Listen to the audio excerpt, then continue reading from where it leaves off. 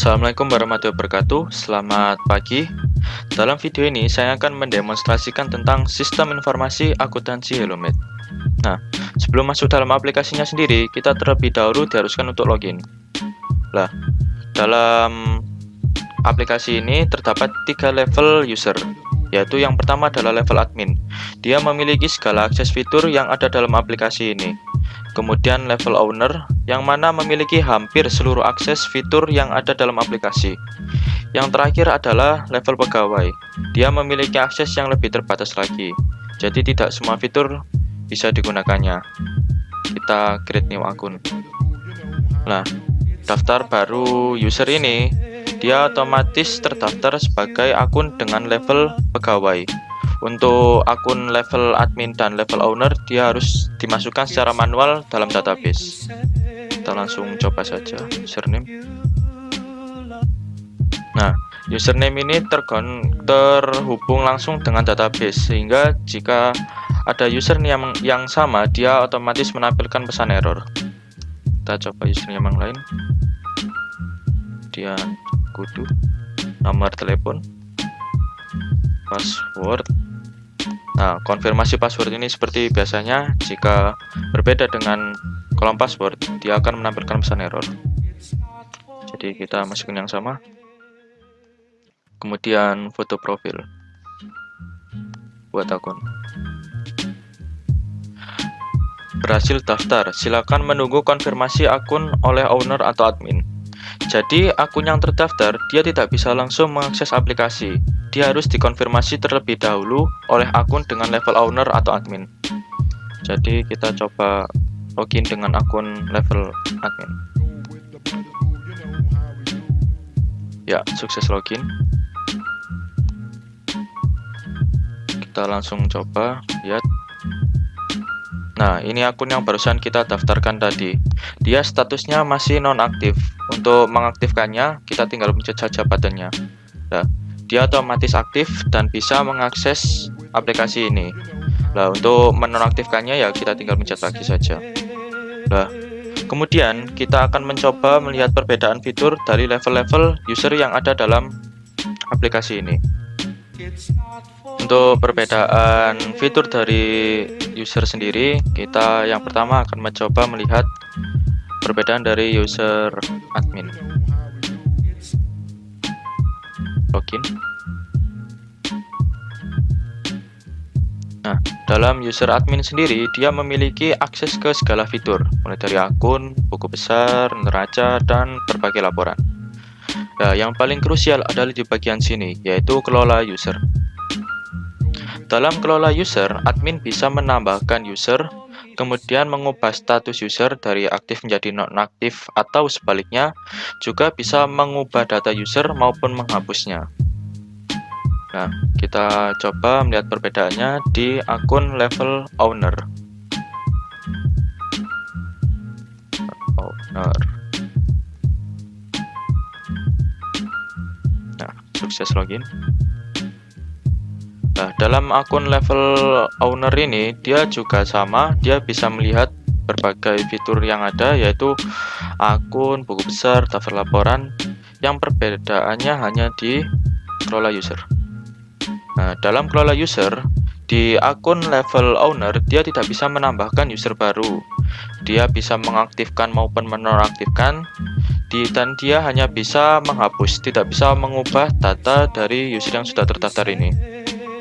Nah, kita kemudian akan melihat perbedaan fitur oleh user level pegawai yang barusan kita daftarkan tadi. Login. Nah, bisa kita lihat perbedaannya.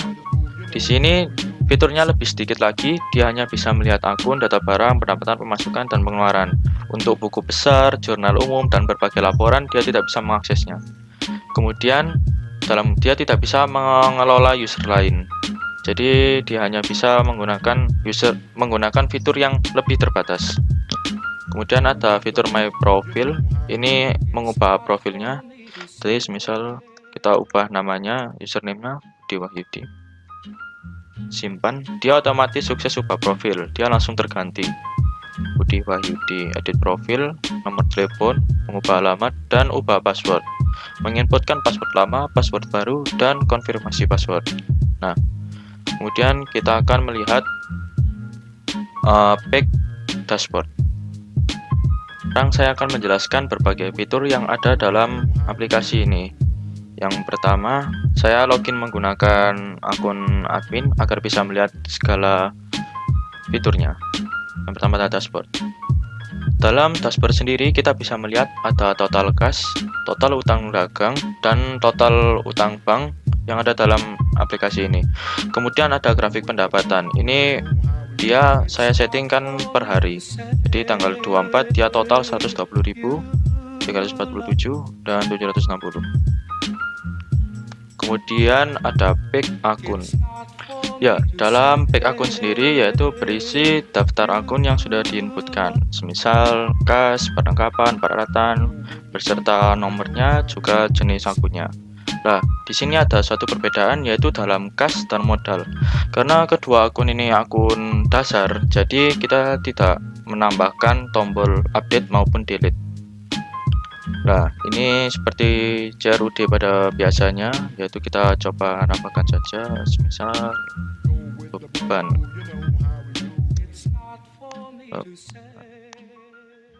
Kemudian beban makan. Simpan. Sukses menambah data. Ya, ini beban makan. Kemudian kita coba ubah dan minum. Sukses ubah. Dia otomatis terubah, beban makan dan minum.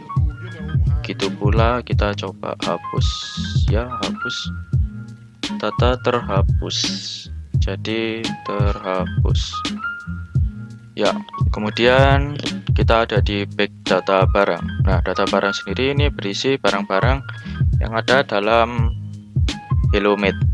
Jadi misal kategori ini produknya Darkinstromi, ada stok, ada kode, dan ada harga. Kita coba tambahkan, ini seperti CRUD biasa ya. Kita tambahkan. Nah, kode barang ini otomatis terintegrasi dengan database-nya, jadi kita menambahkan data yang sama, kode barang sudah ada. Kita lihat sama. Jadi kita coba yang berbeda. Misal lemonade, stok barangnya 15, harga barangnya misal 20.000, kemudian gambarnya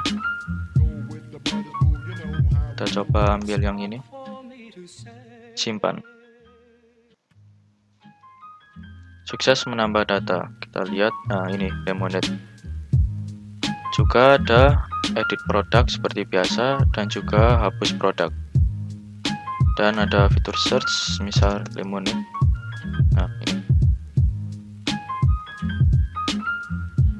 Kemudian kita beralih ke back pendapat.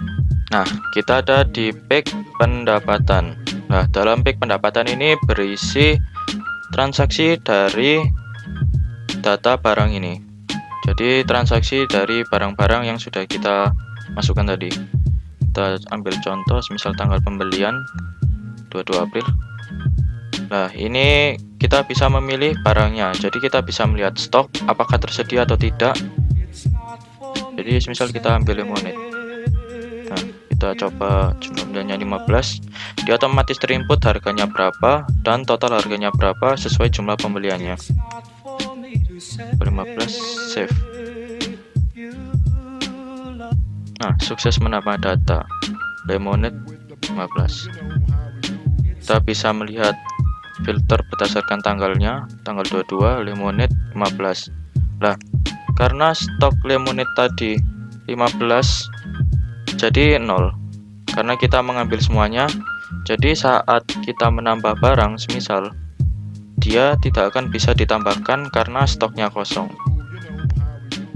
Jadi harus restock terlebih dahulu. Nah, kemudian kita akan beralih ke back pemasukan. Ya, kita sekarang ada di back pemasukan. Nah, Page pemasukan ini berisi daftar pemasukan dari sistem informasi akuntansi Hellomed. Nah, seperti contohnya di sini yaitu ada modal awal, kemudian pendapatan, hutang, dan lain-lain. Nah, untuk input data ke page pemasukan ini ada dua jenis input, yaitu dari hasil pendapatan dan keduanya menggunakan akun hutang. Nah, untuk pendapatan sendiri, dia akan mengambil data dari sini, dari tabel pendapatan. Dan kita langsung contohkan saja. Karena saya akan mengambil pendapatan bulan April, jadi kita akan nyetingnya tanggal 30 April. Nomor bukti, tanggal awal, tanggal 1 April, sampai tanggal 30 April. Keterangannya, pendapatan bulan April 2020. Nah, nominalnya langsung tertera, dia mengambil dari pendapatan dari tanggal 1 sampai tanggal 30. Kita coba simpan. Nah, sukses menambahkan data. Nah, ini bulan April. Jadi nominalnya sebesar 767.000. Nah, kemudian kita contohkan yang input menggunakan akun hutang. Kode pemasukannya kita ambil bulan April. Nah, ini akun yang berpengaruh. Jadi kita akan menambah akun kas, jadi akun kas dan akun utangnya jenis apa? Kita mengambil contoh utang bank. Nomor buktinya 68. Keterangan pemasukannya utang bank BCA. Misal 5 juta.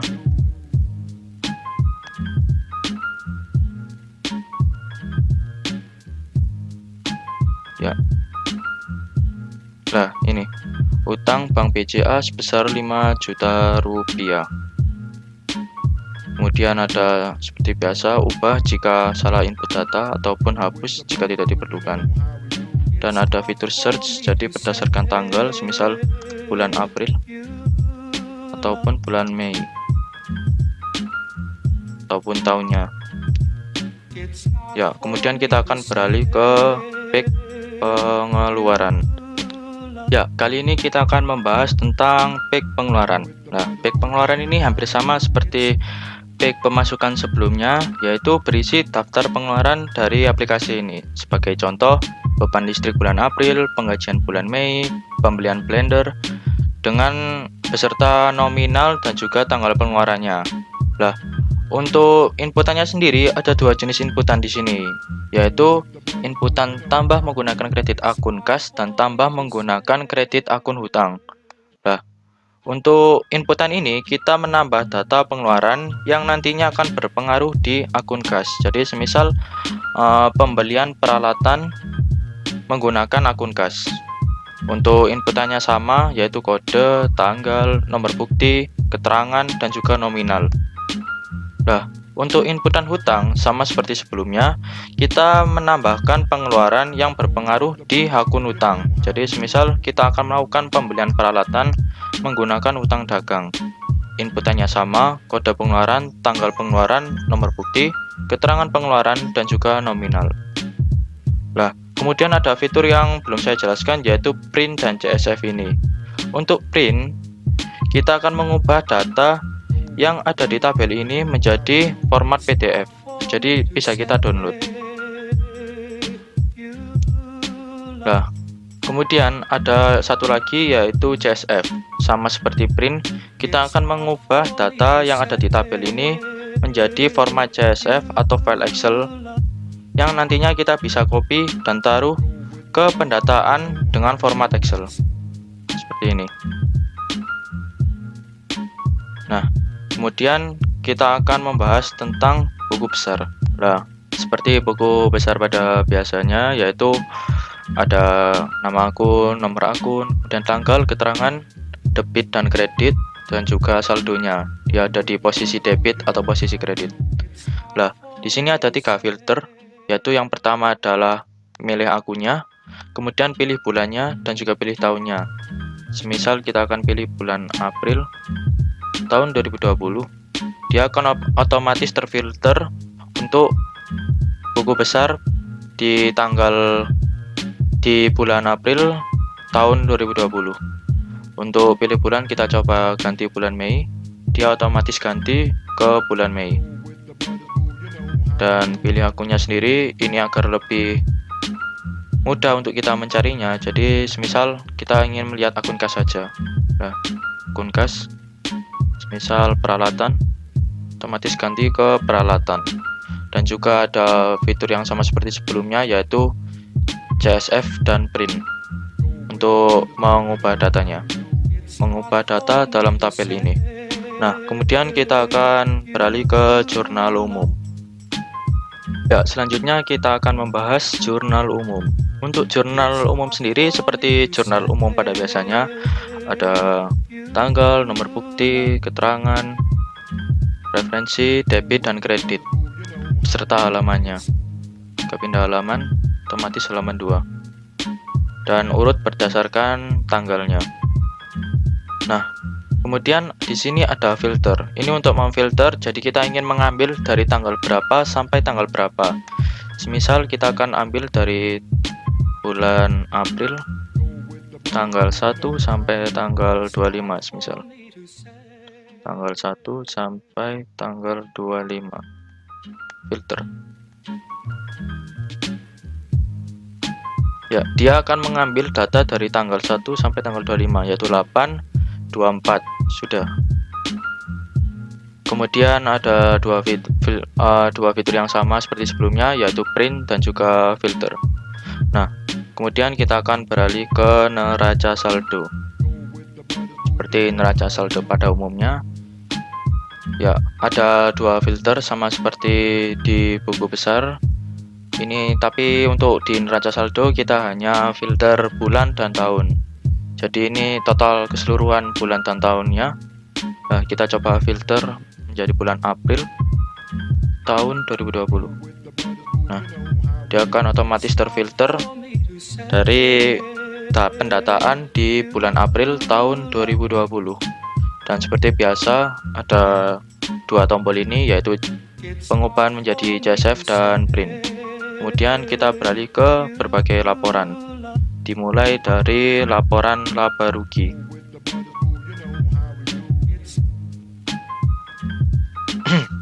Ya, kita ada di fitur terakhir, yaitu daftar laporan. Kita mulai di laporan laba rugi. Ya, di sini datanya masih kosong karena kita tidak memiliki data di bulan Januari tahun 2019. Kita coba ganti ke bulan April tahun 2020. Nah, pendapatannya sebesar 767.980, beban gajinya 0, beban listriknya 400.000, total beban 400.000. Jika dikurangi, laba bersihnya sebesar 367.000. Kemudian kita beralih ke perubahan modal. Langsung kita filter tahun 2020. Nah, modalnya sebesar 10 juta, laba bersihnya dari laporan laba bersih sebelumnya. Kemudian perubahan modalnya sebesar 367. Jika kita total modal Hellomed bulan April tahun 2020 itu sebesar 10.367.000. Nah, kita ke laporan yang terakhir, yaitu laporan neraca. Kita filter.